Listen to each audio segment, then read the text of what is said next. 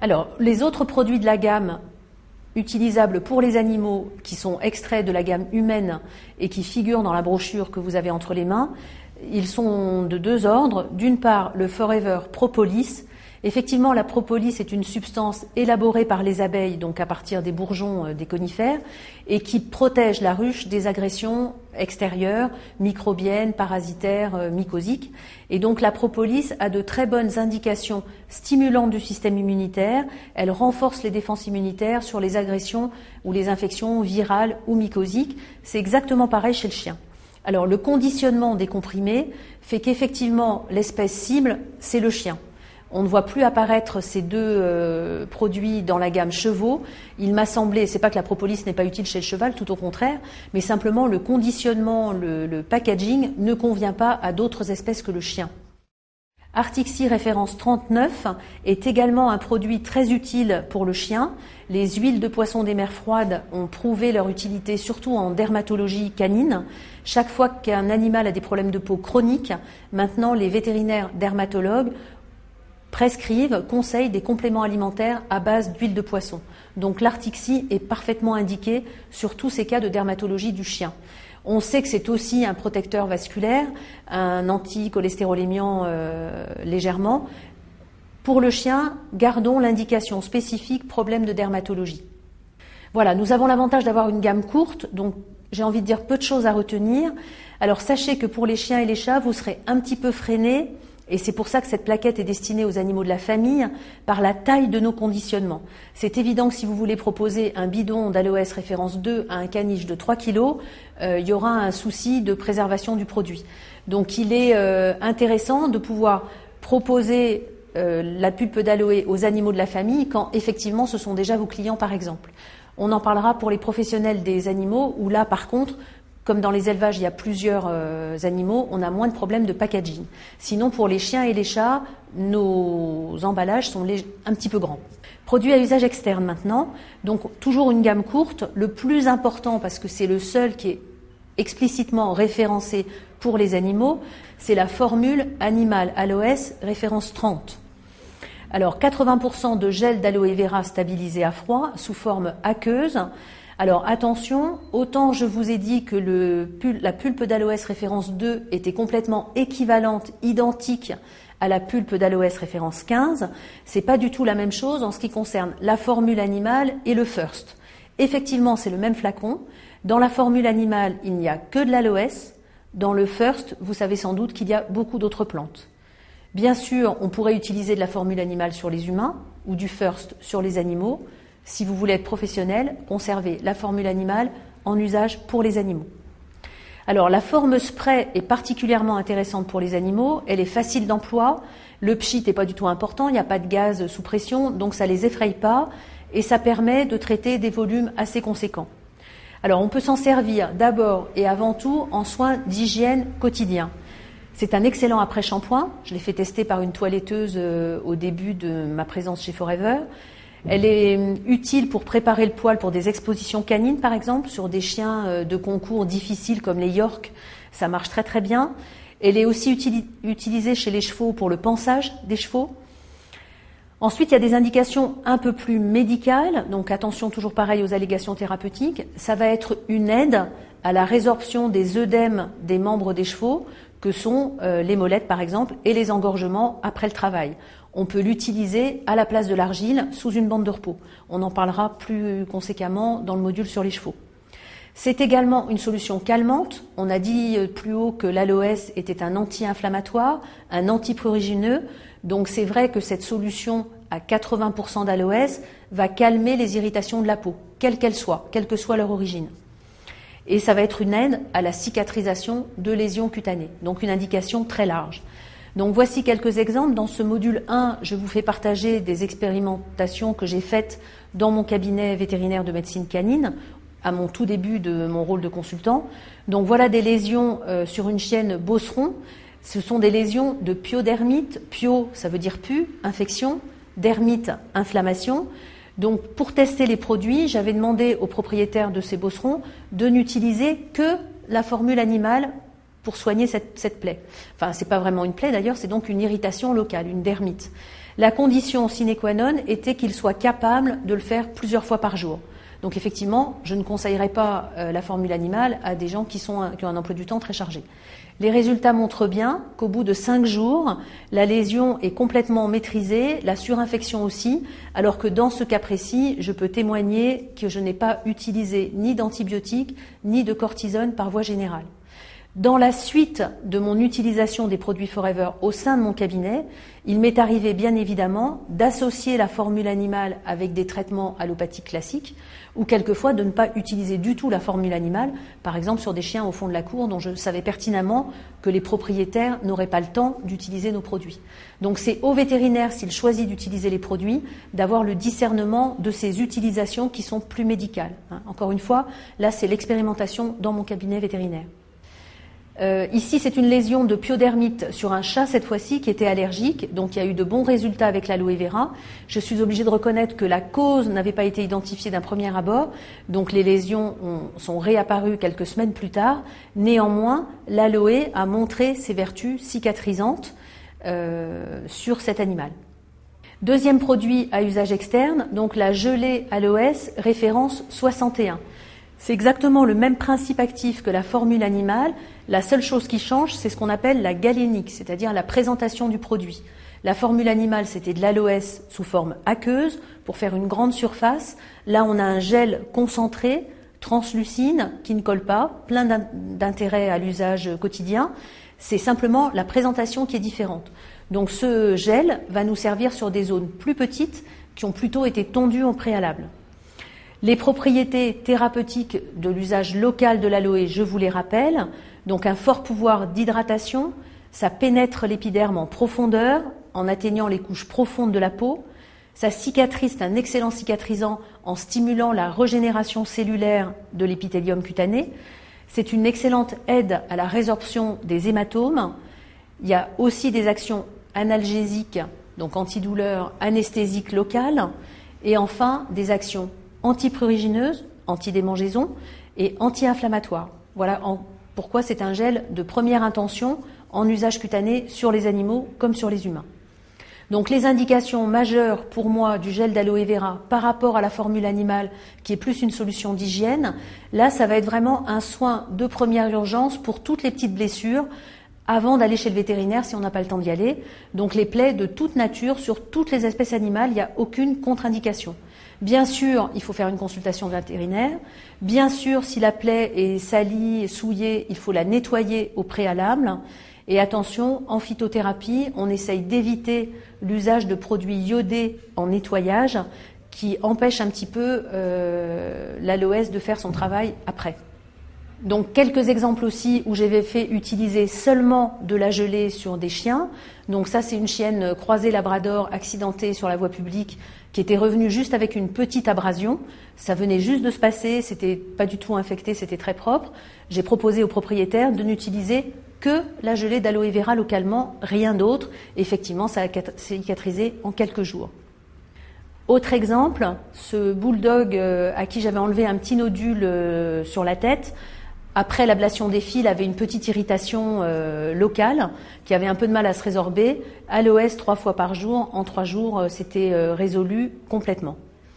En usage vétérinaire également, j'avais coutume de m'en servir, et c'est ce que je propose aux vétérinaires que j'ai l'occasion de rencontrer, d'utiliser le gel d'aloe en cicatrisation après toutes les chirurgies.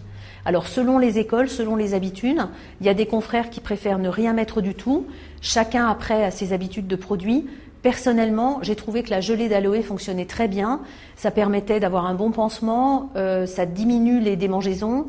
Sur les ecchymoses ou les pétéchies après des chirurgies comme les tumeurs mammaires, il y a un excellent résultat, tant au niveau du comportement de l'animal qui se gratte beaucoup moins, qu'au niveau de la vitesse de cicatrisation et de résorption des hématomes ou de toutes les petites suffusions hémorragiques.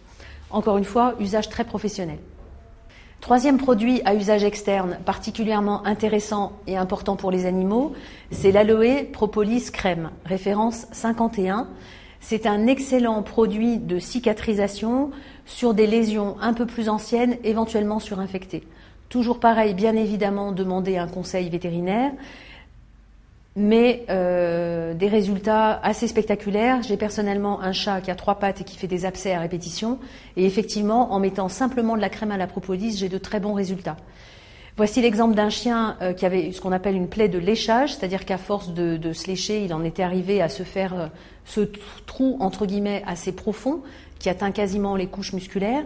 Et donc j'ai proposé au propriétaire qui était à la retraite de faire un essai au moins pendant quelques jours en utilisant seulement la gelée à l'aloès et la crème à la propolis, une le matin, une le soir, une protection avec un pansement, et c'est tout ce que nous avons mis sur cette lésion pour qu'elle guérisse. Donc pas d'antibiotiques par voie générale, pas d'anti-inflammatoires par voie générale, ni cortisone, ni autre chose. Voilà. Condition sine qua non, le temps de faire l'application des produits au moins 2 fois par jour. Bien évidemment, ça a été possible parce que ces gens avaient le temps et de surveiller leur chien s'il avait envie d'enlever le pansement et de passer le produit plusieurs fois par jour. Donc même chose que pour la formule animale sur la pyodermite, c'est après l'expérience professionnelle vétérinaire qui m'a fait choisir dans mon cabinet dans quel cas je pouvais me permettre d'utiliser uniquement de la phytothérapie et dans quel cas il était prudent et judicieux d'associer des antibiotiques ou des traitements allopathiques classiques. De l'importance des consultations spécialisées bien sûr. Voici quelques photos qui sont célèbres dans le réseau, qui ont paru dans les articles. C'est une distributrice qui nous les a envoyées. Donc c'est pareil, c'est une plaie mal placée sur un cheval, souvent difficile à faire tenir, les sutures sur les chevaux qui bougent beaucoup, etc. et qui ont une peau très fine, très fragile. Donc récupération qu'avec cicatrisation par deuxième intention, qu'avec des produits à l'aloe vera, gelée, crème à la propolis, formule animale. Voici un deuxième cas de cicatrisation chez le cheval, particulièrement important et spectaculaire.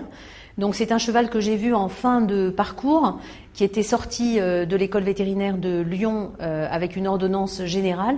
Il était impossible de suturer cette plaie qui était absolument considérable. Et donc la propriétaire de ce cheval l'a mis en pension dans un établissement où une jeune femme s'en est occupée, connaissait les produits et a fait le maximum pour cet animal avec des résultats optimums et spectaculaires. Donc les seuls produits utilisés ont réellement été la formule animale, la gelée aloès et la crème à la propolis, en alternance avec des douches d'eau, avec des grattages quand il y avait des proliférations un peu trop importantes. Et bien évidemment, cette personne y a mis tout son cœur et tout son professionnalisme. Il ne suffit pas d'avoir des bons produits, encore faut-il savoir bien les appliquer et prendre le temps de les appliquer. Donc là, on a eu un résultat 100% réussi. Il faut également témoigner que l'aloès ne marche pas à chaque fois, ça serait trop beau, on n'a quand même pas une plante miracle. Donc là, je voulais partager avec vous ce cas un peu plus triste d'une plaie à l'aisselle d'un chat. Donc là, cicatrisation, ça bouge tout le temps, très difficile. Il y a eu des greffes, il y a eu plein de choses de faites. Et l'aloe ne suffisait pas à améliorer la cicatrisation une fois qu'il y a eu des sutures, quels que soient les types de techniques utilisées. Il a fallu vraiment un véto-chirurgien spécialisé itinérant qui, avec une technique particulière, a pu sauver la mise de ce chat. Voilà. Juste pour vous dire que quand même, l'aloe ne fait pas tout, restons modestes et restons prudents. 2 autres produits à usage externe méritent d'être mentionnés. Ils viennent de la gamme humaine et on peut s'en servir pour les animaux. Le premier, l'émulsion thermogène, référence 64, contient 36% de gel d'aloe vera stabilisé, enrichi d'huile essentielle, de menthol et d'eucalyptus. Alors attention avec le menthol, c'est une substance identifiée dopante pour les chevaux de sport de compétition. Par précaution, mieux vaut éviter de le conseiller avant les courses. Les propriétés de la thermogène, c'est effectivement, comme son nom l'indique, d'échauffer la zone d'application, d'améliorer la circulation sanguine localement, ce qui permet 2 choses, soit de préparer les muscles avant un effort, ça peut être de réchauffer la zone du dos d'un cheval avant de le seller par exemple, ça peut être aussi à l'inverse, d'aider à la récupération quand il y a trop d'acide lactique accumulé dans les muscles et qu'on a besoin de masser l'animal après un effort. L'aloès MSM gel, référence 205, est aussi un produit d'usage humain qu'on peut utiliser sur les animaux.